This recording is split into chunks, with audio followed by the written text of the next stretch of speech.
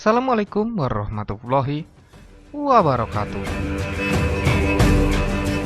Pengepungan Taif terjadi pada tahun 630 Masehi saat kaum muslimin pimpinan Rasulullah Shallallahu Alaihi Wasallam mengasingkan dan mengepung kota Taif yang dikuasai oleh suku Hawazin dan Saqif yang dikalahkan dalam pertempuran Hunain. Penduduk Taif berhasil bertahan dari pengepungan ini dan baru masuk Islam menyatakan kesetiaannya pada Muhammad Shallallahu Alaihi Wasallam setelah ekspedisi Tabuk. Salah seorang kepala suku Taif, Urwah bin Mas'ud, tidak ada pada saat pengepungan ini, dan nantinya ialah yang memimpin kaumnya untuk masuk Islam. Sedikit sekali yang diketahui mengenai jalannya pengepungan ini. Namun dalam pengepungan ini, diketahui bahwa Abu Sufyan yang bertempur di pihak Muslim kehilangan salah satu matanya. Ketika Nabi Muhammad SAW bertanya kepadanya, "Yang manakah yang engkau lebih inginkan, sebuah mata di surga atau aku berdoa kepada Allah agar matamu dikembalikan sekarang?" Abu Sufyan menjawab, ia lebih memilih sebuah mata di surga. Di kemudian hari, ia akan kehilangan matanya yang lain pada pertempuran Yarmuk. Perang ini pada hakikatnya merupakan perpanjangan dan kelanjutan dari perang Hunain, sebab mayoritas pelarian Hawazin dan Saqif masuk ke Taif bersama komandan tertinggi mereka, Malik bin Auf al-Nashri. Mereka bertahan di sana.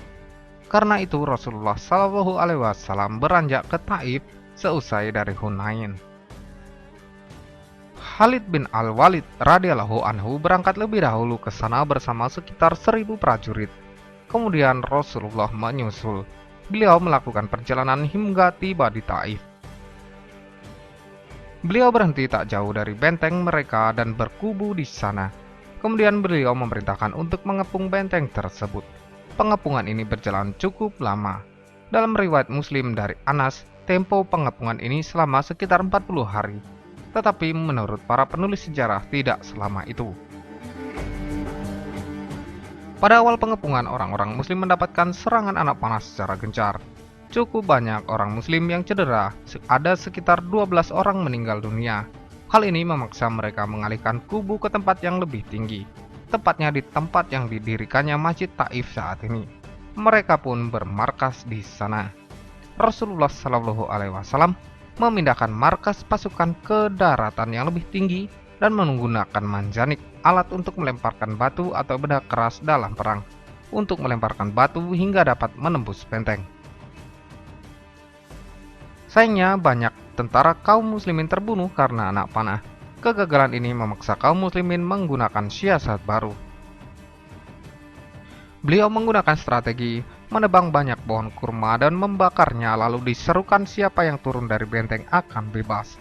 Mendengar seruan itu, sebanyak sekitar 23 orang dari mereka turun menemui Rasulullah Shallallahu Alaihi Wasallam.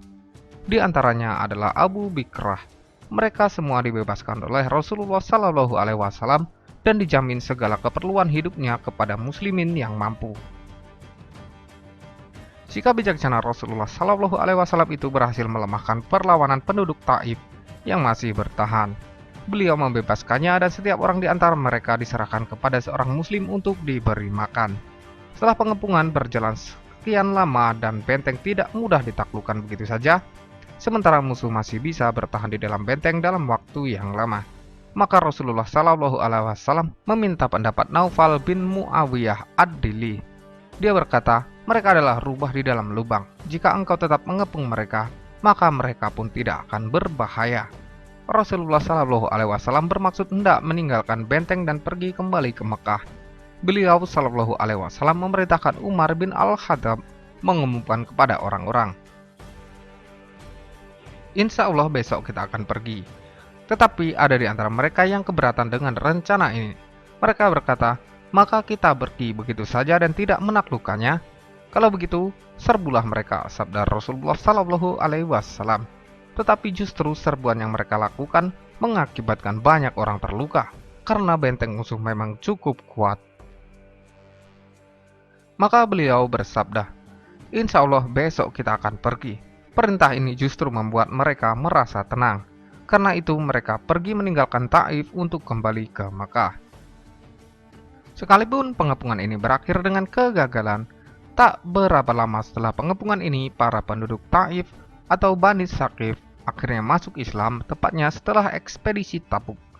Atas perintah Nabi Muhammad SAW, maka berhala Al-Lata kemudian dihancurkan oleh utusan kaum muslimin, yaitu Abu Sufyan bin Harb dan Mughirah bin Syubah.